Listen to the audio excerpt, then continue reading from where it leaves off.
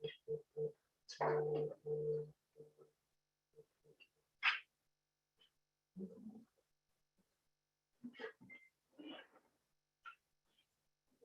Mayor, everything is up and running, and you can begin whenever you wish.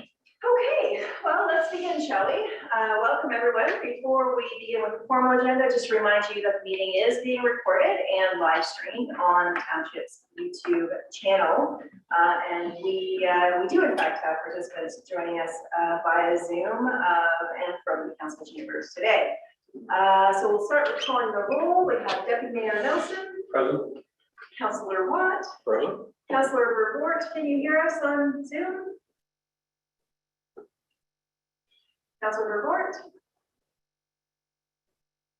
Are we muted?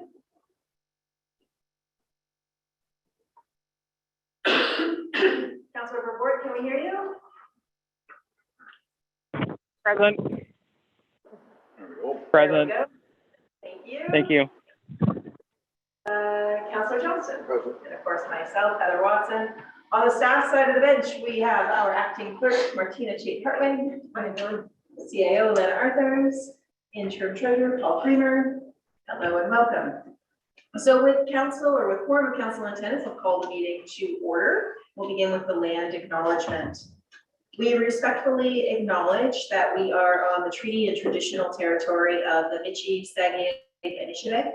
We offer our gratitude to the First Peoples for their care for and teachings about our earth and our relations. May we honor those teachings, and we'll pause for a moment of silence.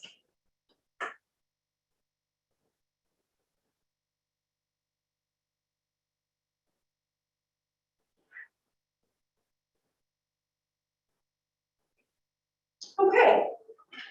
So the agenda, of course, has been circulated to members of council prior to this evening's meeting. Is there any disclosure of pecuniary interest? Seeing and hearing nothing, could I please get an adoption of the agenda? Deputy Mayor Nelson, Councillor Johnston, all in favor? And that motion carries. We have adoption of the minutes, item 6.1, the regular council minutes from May 16th. Councillor Watt. Yeah. Deputy Mayor Nelson seconding that. All in favor? And that also carries. So on the consent agenda, we have 3 items. Are there any items on consent that council wishes to hold for discussion? Hearing nothing, could I please get a motion to receive and approve those? Councillor Johnston, seconded by Deputy Mayor Nelson, all in favor? And that too carries. We have no delegations, petitions, or presentations or public meetings. So into other business and staff reports. Item 9.1, the report and capital project status. Are there any questions or items to discuss? Councilor Watt. Mr. Member, just a quick question. Thank you for this as always. Does staff see any upcoming future glitches or anything with this, or is it all pretty straightforward? Everything's going smooth according to this, or is there any problems that we council needs to help with? Through Mayor Watson, I think we're okay. If we foresee anything, we'll definitely bring it forward. I recognize there's some there that say spring of 2023, so we will try to get that on before the summer break so that we have achieved our goals in this report. Good. Okay, seeing no further questions, could we get a motion to receive that? Councilor Watt, Deputy Mayor Nelson, all in favor? And that carries. We have item 9.2, consent application B116-21 amended. And instead of our planner, we have our acting clerk who's going to give us a report on that. Madam Clerk. Thank you, Madam Mayor. So the report that's before you is from our planner, Christina Coulter. Her recommendation is that the report is received and that severance application B116-21 amended, revised, be supported, and if approved by Peterborough County Land Division, that the following township conditions be imposed. a $1,250 cash and no parkland fee be paid to the municipality. A 3-meter strip of frontage from the severed parcel be deeded to the township for road widening purposes. Costs are to be incurred by the applicant for that. A test hole for the septic system be inspected, and there is a fee to inspect those test holes, and it's $150 for that, and the applicant is responsible for digging the test holes. I do have the report before me, and I have reviewed it with Christina, so I'm able to answer any questions that council may have. Great, thank you for that. Questions from council? Comments? Councilor Watt? Just a quick comment, if I may, please. I was glad to see reading through it that, I mean, there wasn't an objection, which is, you know, good. That's what you're supposed to do, so I got, but I'm seeing it was resolved and looks like it's very amicable between the different parties, so I believe. Sorry, through you, Madam Mayor. I don't believe it's resolved. I believe the objection is still in place. Oh, is it still? Oh, okay, I Yeah. thought they'd gone back and readjusted. So they there thought had that was been- all. Yeah, I appreciate there that. had been some adjustments to try to alleviate the concern, but I believe the concern from the objectors is still in place Still in because it place. wasn't as big of a change as they had Anticipated. All right, no, that was my assumption that once they went Yeah. back and readjusted that it was resolved, so, No. okay, that's good to know. It's still in place. Deputy Mayor Nelson? Through you, Madam Chair, just to some couple comments, I guess, on this. I did talk to Christina about this, and I am in agreement with her on what the findings was from as far as the neighbors and looking at the different uses of the building. And when she explained that to me, I fully support the application. So I think you can't call a targeted building that's being used for hay storage an actual barn that would house cows. That's my comments. Is that possibly a motion? That would be a motion as well, that we accept the recommendations from our planner and move forward with it. Thank you, Deputy Mayor Nelson. Councilor Johnston, any comments on the motion? All in favor? And that motion carries. On to item 9.3, the proposed provincial planning statement. And again, Madam Clerk, on behalf of the planner. Very good, thank you, Madam Mayor. So the report that's before you is about the proposed provincial planning statement. Christina is recommending that the report be received and that staff be directed to add a cover letter to the minister and local MPPs indicating the township's support for Peterborough County's formal response to the draft provincial policy statement. In her recommendation, she had included information about section 4.3.3 of the proposed document, but the provincial government has recalled that section of the proposed statement, so there's nothing for council to consider. So it would just be to, of course, consider what she's written, but you don't have to provide an opinion on section 4.3.3 as per the original. And just for clarification, 4.3.3 is the 3 parcels on the farmland. That's correct. So that was the proposed policy to allow up to 3 severances on primary agricultural land. And the province has made a statement that they're no longer considering that due to consultation with farm communities. Thank you. Deputy Mayor Nelson. Just a question on that through you, Madam Chair. Did they not also extend the reporting period as well? That's true, yeah. It has been extended, so originally it was going to be today, Yes. and it has been extended into July. Thank you. Any other questions, comments? So we're looking for a motion. I move for the motion that we, We can change it now. yes, accept the changes and move forward with the cover letter as recommended. Will someone second that motion? Councilor Watt? Any comment on the motion? All in favor? And that motion also carries. On to item number 9.4, the annual building department financial report and interim treasurer, Mr. Creamer, up to you. Thank you, and through you, Madam Mayor, to council. The report is a obligatory report that we have to do each year.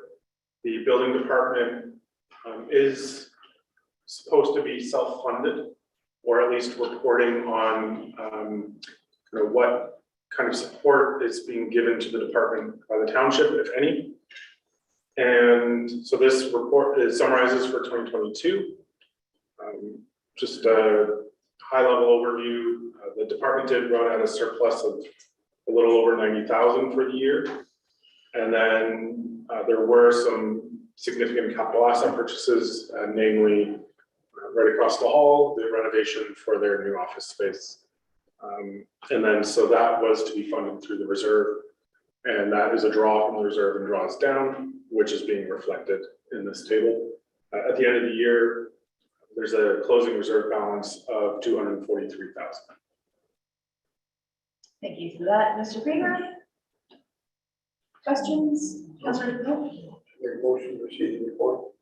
So a motion from Councilor Johnson to receive, seconded. Deputy Mayor Nelson, any comments on the motion? All in favor?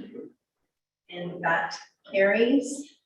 Item 9.5, back over to you, sir. Credit card fees. Thank you, and again, through you, Madam Mayor. This report is really to get approval from council. It's not in our user fee bylaw to be adding on any service fees related to credit cards. Currently, we accept credit cards for our property taxes through our online portal on our website. We have been looking to expand our ability to collect online payments. We were with a company called Paymentus. They were just really difficult to get a hold of and really delayed. I think by the time they were ready to work on our project, which might have been a couple of hours worth of work on their end, it was over a year. So at that point, I kind of identified that if we, moving forward, it's probably not the best idea to stay with them. And so I'm looking at other providers, namely Moneris, who we already use for our front cash. Either way, there was going to be a bump up. We were on an old contract with Paymentus at 1.75%, and they were going to be bumping up our credit card fees to 2.5%, which is standard, I think, kind of across all organizations. But we're going to expand what we collect through our online portal. We're going to make our own online portal. So if we want to make any changes to what fees we do or do not collect, what information we need, we're going to do that ourselves through our website, and just use Moneris on the back end. That gives us more control, and then we don't have to wait a year for a provider.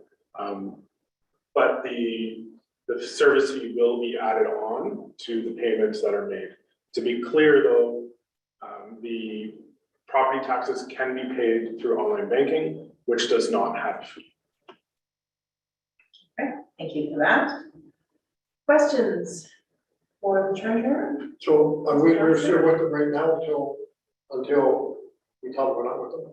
I still do 1.75, or they've already moved it up to 2.5. Through your Madam Mayor, so it is currently 1.75, but our contract is expired and we're due to renew. And so when we renew, it will go up to the 2.5 either way. Any other questions? Is there a motion that council would like to entertain? Deputy Mayor Nelson. I'd make a motion that we follow Paul's recommendation or the treasurer's recommendation on this and carry on. Thank you. Someone second that? Councilor Lamont. Any discussion on the motion? All in favor? And that motion carries. On to item 9.6, terms of reference for the historical committee, and that is coming also from the clerk's office. Madam Clerk. Thank you, Madam Mayor. So the report that's before you is regarding a draft terms of reference for the historical committee, recommending that the report be received and the draft terms of reference be approved, and that staff be directed to begin a recruitment process for members.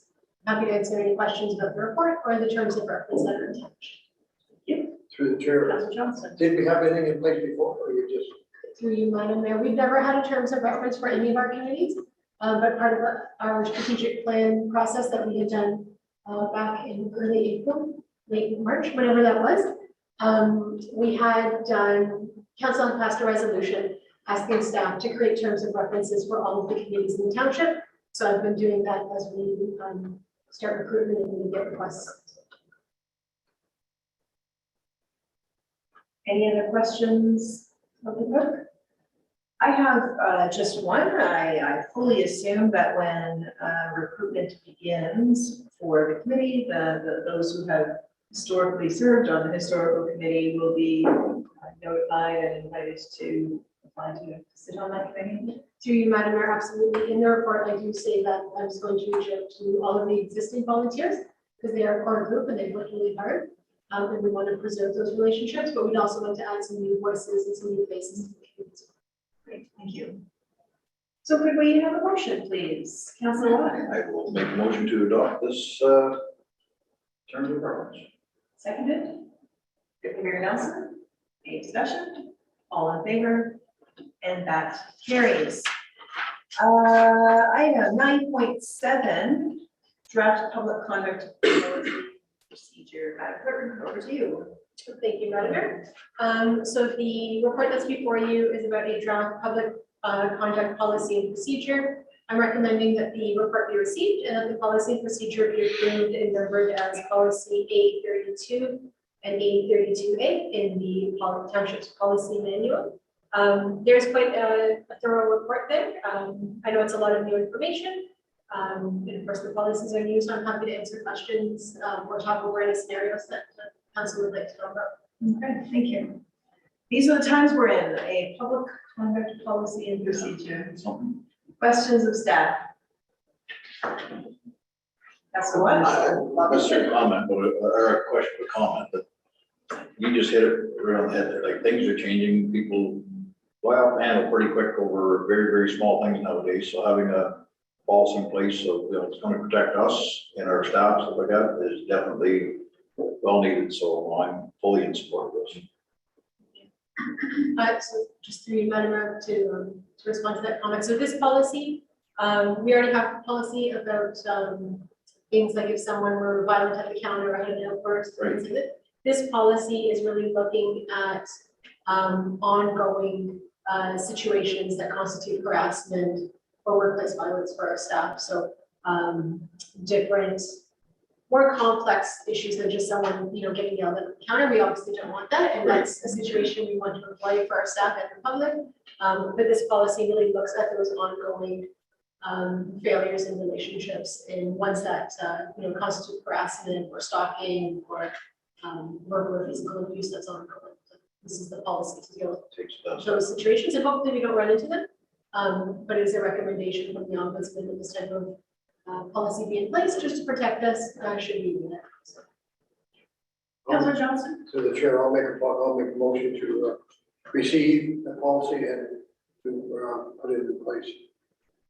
Does someone second that? Councilor Watt? One more comment. Yeah. So when we adopt policies like this, is this something that comes up in your staff meetings, wherever they know that this new policy is now in place, and to make sure that all their staff have them, in a fairly timely manner? I mean, there's, I guess, I'm sure it happens, but it's something that every one of our employees is aware of and knows how to respond to it and so on.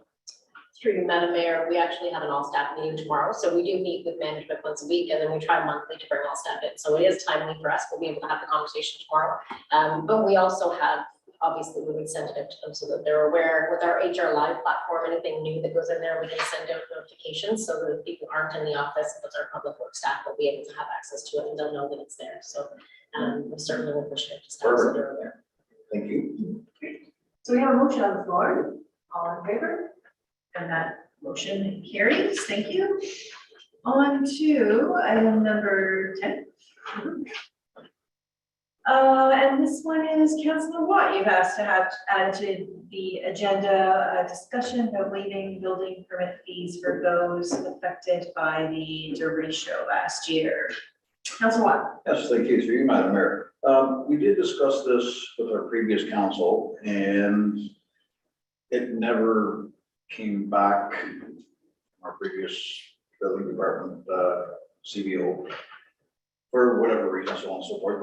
But when this storm hit, and it was me that brought it up in the first place, was to help some of the people, you know, alleviate some of the costs and so on, was that any structure that was damaged or completely ruined, whatever, that needed repair, needed a new building permit, from a cause of the Draco, is that how you pronounce it? That we would look at waiving the building fee permit, just the building fee permit. At that time, our CBO said, well, hang on a second, because there's lots of times that the insurance companies, if they're insured, pays for the permit. So that's fine, but anyone that, my more of a thing was anyone that didn't get covered by insurance, and there is the odd one around the township, maybe not very many, it's hard, so I know one for sure physically, but it's one of those things that these people, their insurance did not cover their $100,000 building. So small part to us, but my suggestion was to waive the building fee permit to rebuild that building. That being said, if, let's say for argument's sake, the building was 500 square feet to start with, and now they want to rebuild, they want to do 750 square feet now. We waive the building permit fee on the 500 original, but they still have to pay for the extra 250 that they want to expand the building. They also have to prove the fact that they did not have an insurance payout for that building. And that's to rebuild the building. I do know one case where people got money to do their cleanup, but they didn't get money for the building itself. So as long as they can get a letter from the insurance company saying that there was no insurance payout for the building and they have to rebuild it on their own with the provision that they pay over and above for whatever, I would still love to see us do that, and I can just open up for council for discussion to either yay or nay and try and help somewhere. And I don't think it's that many people, to tell you the truth. I don't know that, but it has to be directly from this, not just any building that fell down. It has to be a direct result of that big storm that we had a year ago, May. Okay, Councilor Johnson. I'm going to, did you make a motion on that? I haven't yet, no, I just opened it up for discussion to. Somebody had to make a motion first and then we comment. Okay, I'll make a motion that we do waive that with all the parameters that I said, and that people have to come with proof of the fact that they did not have insurance coverage.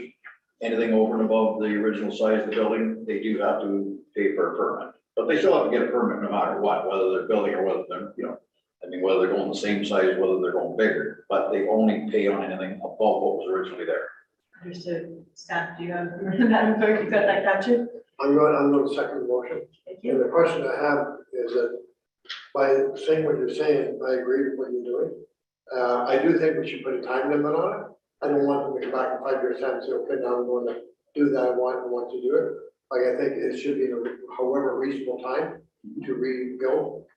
That should be. And that's fine, like that's why I want to discussion, what's reasonable. 2 years, 3 years, 3 years at the most, you know what I mean? They may not have enough money to do it again right off the bat, Absolutely. but I think we should put a time on it, that's all.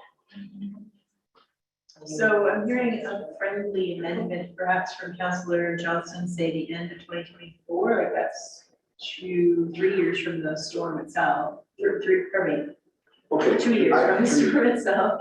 2 to 3 years, I'm favorable with either one, but I guess my question would be is for them to apply for the permit or just to put in a submission that this happened and we're deciding what we're gonna build, like I don't know how you wanna, they have to apply for a permit within, Yeah, and so I'll make what's the that difference between that? amendment, but go for 3 years, 3 years? So 2020. 25. I, from the time of the storm, from the time of the storm, yes, Which is 1 year gone by already.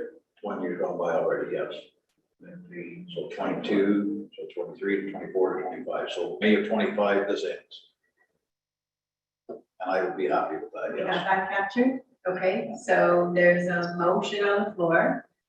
Any conversation, discussion on the motion? All right, well, let's call for the vote then. All in favor? And that motion carries. Thank you very much. I think that's a little bit we can do for our taxpayers.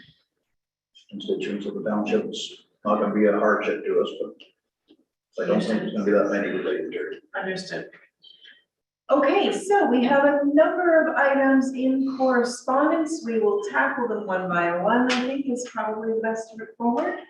So item 11.1, we have a letter from the municipality of Tweed regarding reducing municipal insurance costs. What is the will of council? Or Deputy Mayor Nelson, I was just pulling up the file. Through you, Madam Chair, just how has our rates, I don't think our rates have been affected as much as this, or it has been, they have been affected as much as this letter? Through Madam Mayor, our liability insurance has certainly increased dramatically over the last 2 years. We did have a bit of a reprieve at one point, but then it didn't come back. We revisited some of the values. You know, you provide these spreadsheets annually and you value the buildings.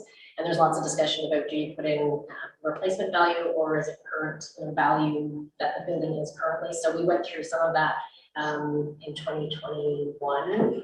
So we had a little bit of a reprieve then, but we've seen some high increases. Unfortunately, it's something that, you know, our associations are advocating for, that all of the municipal associations are advocating for. Yes.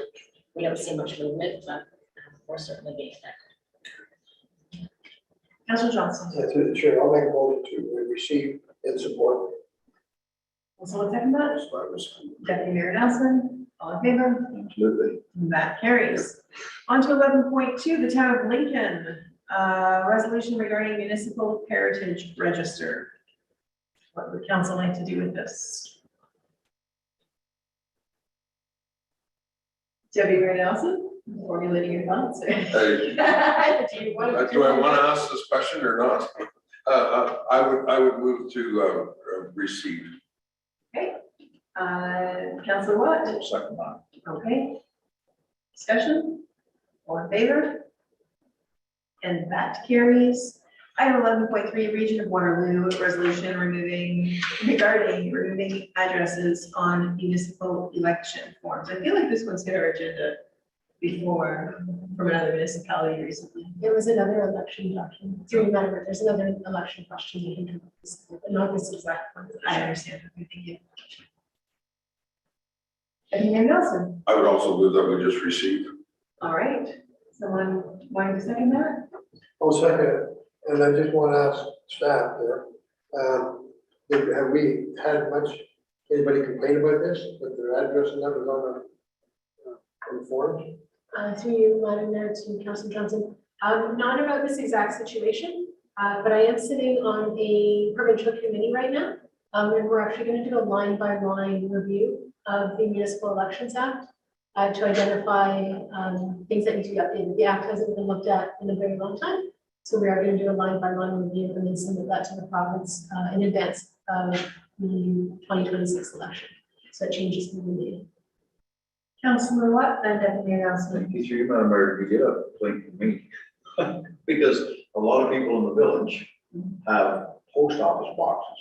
I also have a street address on a municipal or on an Ontario form when the last election came out.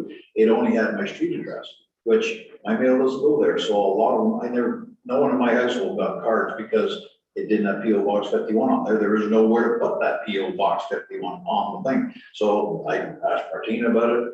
I contacted Dave Smith's office about it, so we got, so that's something that needs to be alleviated or something to repair or fix, whatever. So that is definitely on there because Certainly. otherwise there was a lot of people standing in line upstairs that didn't get cards that live in this village. Madam Clerk. Yeah, so through you, Madam Mayor, to Councilor Watt. MPAC is no longer going to be the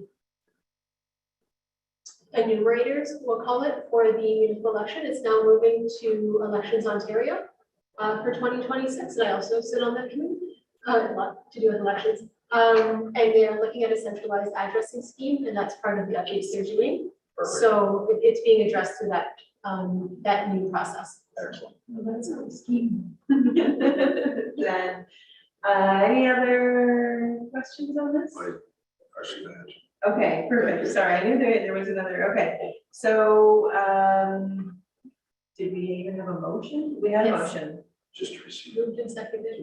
just receive. All in favor? And that motion carries.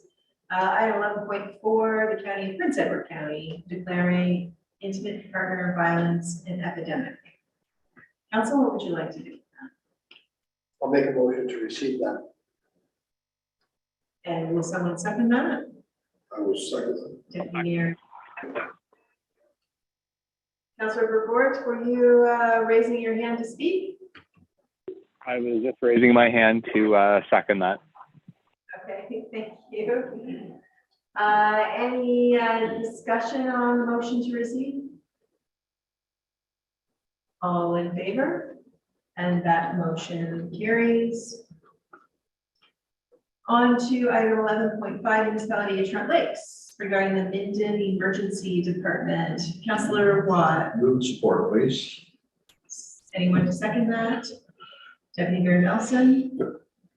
Any discussion? All in favor? And that motion carries.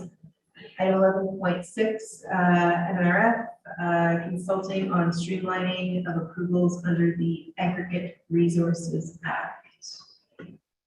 Deputy Mayor Nelson? I will move to accept and support. Okay, seconded.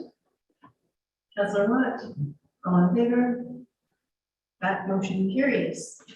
On to item 11.7. We have a joint letter from Lynn Kay, Marie Howard, Pat Smallman, and Susan Field with requests for various policy changes. Questions, comments? I'll make a motion to receive and to look into some of the items that's on the package. So to have staff report back on it? Yeah, I'm looking for that. Okay. Is somebody wanting to second that? Deputy Mayor Nelson? I will second that. Any discussion on the motion? Councilor Watt, looked like he had his way. I was home on, and thank you very much, ladies, for putting this in. There is merit to some of it, and it's ultimately staff time and so on and so forth, what works and what doesn't work, so we got, so as council, we probably want to hear from them before we finalize this, what is doable, what's not doable, not just throw it under the table, kind of like that, and slush it off. That's not what we're doing, kind of like that. We just want to make sure, where is this viable, where is it not viable? And then we can come back and have discussion on the three items when we see what staff has. And I think that's fair to them and to us and to you ladies. So that's where I am on that. Okay, all right, so we have a motion on the floor. All in favor? And that motion carries. Look at us speeding through this agenda. We have no bylaws, no reports derived from previous notices of motion. Are there any notices of motion? On to announcements. Are there any announcements?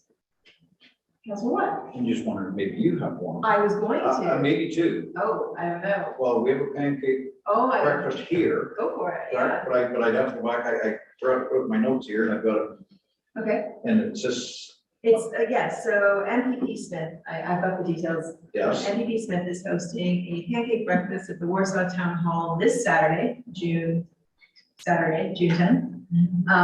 Starting at 8 a.m. through until, I believe, 11 a.m. at the Town Hall. And I understand there will be local maple syrup producers, as in local straight from our township. MPP Smith had asked me to give him a brief list of folks in the community. So there will be some local syrup available on display, available to use. And it's totally free for the public. They fly out. Free So for the public, yeah. yeah, that's a big piece. Did you have another one? Or did you No, want me I to talk about the one I think I was The going to three talk about? mayors. Oh, I wasn't even going to talk about that. Oh, that's what I was thinking. Oh, my goodness. Yeah, the three mayors, I want to get that one out, but Right. you're best to do that one also. Shoot, okay, so yes, myself, Mayor Senes from Selwyn and Mayor Aniot from North Ward, the township, are participating in a 3 mayors breakfast at Lakefield College School on June 23rd. It's sponsored and being organized by the Peterborough and Kawarthas Chamber of Commerce. And there is a small fee. I want to say it's $5 for members of the Chamber of Commerce and $10 for 25 for non-members. Thank you. And I don't know what time it starts at. No, At 8 AM apparently. I have to be there. It's on my calendar. I completely forgot that it was coming. It's easy. sorry, I threw you under the bus there. I had another announcement. So, yes, at 8, from 8 to 10 AM, at Lakeville College School. But we can always do that another meeting or two, too, just to refresh people's memories, but Yeah. it gets it out there. right? Certainly. So it's not just for the business community. It's not just for chamber members. It's for anybody in the community who wants to come to that event. Thank you for And to inviting me. briefly ask some questions if you have some. Briefly. I think when you register, the chamber is asking people if they want to pre-submit those questions or any questions they may have, and I think the discussion is going to be moderated in some capacity as well. Yeah. Right, so now yours. Okay, so my announcement, like top of mind, Canada Day Parade. There is a group who is once again organizing the Canada Day Parade in Douro. On Canada Day, it will be held July 1st. The parade starts at 2:30 and will be forming up at 2 o'clock on the 4th line of Douro, which is just south of County Road 4. And the parade route will follow through down the 4th line towards County Road 8, where it will end. We as a group are looking for people to enter in floats. Floats can be any shape or size. It could be somebody walking, it could be a car, it could be a lawnmower, it could be a tractor, a four-wheeler, whatever, a bicycle. The theme of the parade is only in Douro. We challenged Douro to show us what you got in terms of floats and celebrations. Of course, the public can come out and attend. And the group's looking for a couple of volunteers just to help maybe with a bit of traffic control and forming up the parade and what have you. So we're opening that up to the community to put their hand up and volunteer, and we will direct them to the clerk's office so they can fill out the paperwork to do so. So that's my announcement on the parade, and I hope to see each member of council there to be in the parade as well with myself and hopefully many others. Any other announcements? I'll be having your food. Excellent, excellent. All right, we have no closed. Or no? Are you guys aware of the Douro-Dummer and Firefighter Family Appreciation Barbecue honoring three firemen that are retiring? On the 9th of June? Yeah. I am not aware. That's Friday. You haven't gotten notice from the association about it? We have. You have not? No, I can't see. from the- Oh, sorry. No, is it for the public to attend? Seems so.